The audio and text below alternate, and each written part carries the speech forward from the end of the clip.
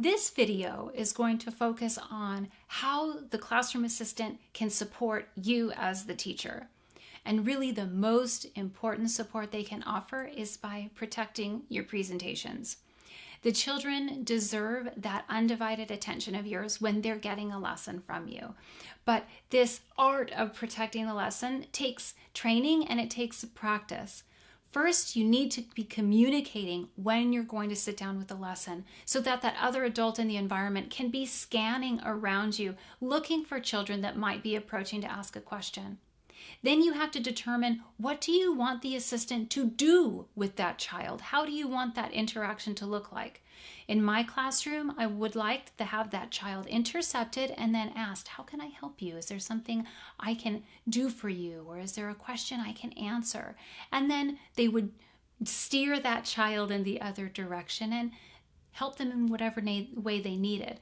It can be nice if your classroom assistant knows how to redirect children to other lessons in the classroom. I provided a sheet to help support them in being able to do that. Something to think about is the location in which both of the adults will be in the classroom. This is another way your assistant can help you. One on each side of the classroom with an unobstructed view. Your assistant has a valuable extra set of eyes. They're going to see things that you're not going to see. So spread out so you both get a good view. Where are each of you going to sit? You both should have that place so that when you're sitting, the children know where to find you. Consider utilizing the one up, one down technique.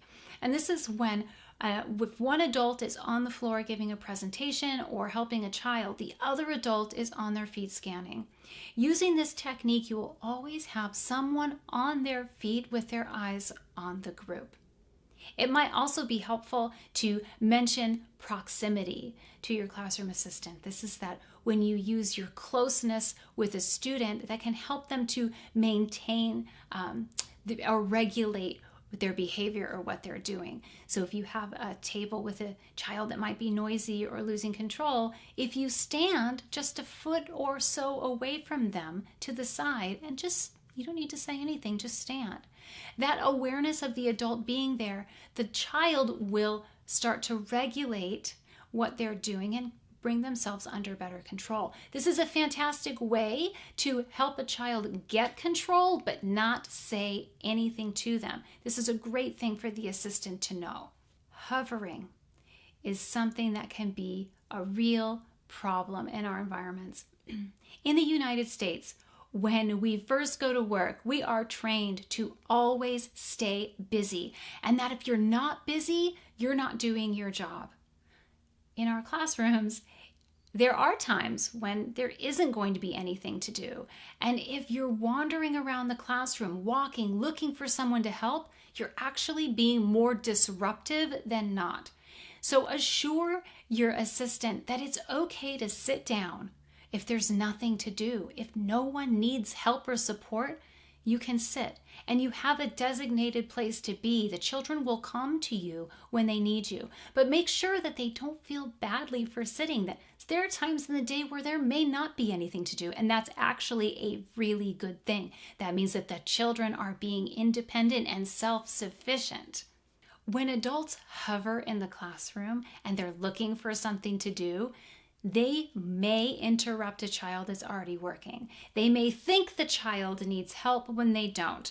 So reinforce this notion of non-interference, that we don't interfere with the child's work unless we're asked. They'll let us know when they need us, and that's okay.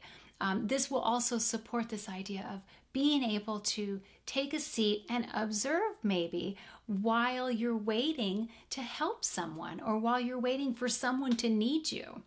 This leads us nicely into our next element of observation. Your classroom assistant should be engaging in observation, but it's going to take a little time and it's going to take some training from you, the teacher, on how to do it and what to look for. And also take the time to discuss what they've observed. This really is helpful in figuring out what is most useful in an observation. Give them some tasks like looking for what materials are taken off the shelf most often and what materials aren't. looking at children who are repeating exercises. What exercise are they repeating and for how long? And then you can talk about why that might be. Have them look for social interactions. Are there children that seem to struggle interacting with one another, or are there arguments that happen frequently that maybe we could support with a grace and courtesy lesson? Your assistant can be so helpful when it comes to transition times. Those are those times in the day when the whole group is moving from one thing to the next, like from work cycle to lunch, from lunch to cleanup, cleanup to playground, things like this, where the whole group is shifting gears. Now, these are the times in the day where things can just fall apart and chaos can reign supreme. Now, there are lots of ways to handle transition times. And last, class supervision.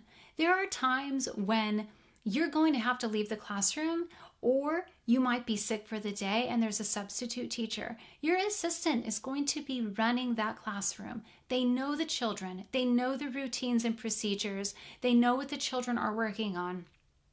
So really, they are helping that new adult to maintain the order of the classroom, but they're also going to be redirecting children and making sure that they're still having a very productive day. There's a lot that our assistant can help us with when it comes to our work with the children. There is so much they can help us with when it comes to the prepared environment and helping to maintain that. Next, I'm going to talk about how the assistant specifically can support the children in the classroom.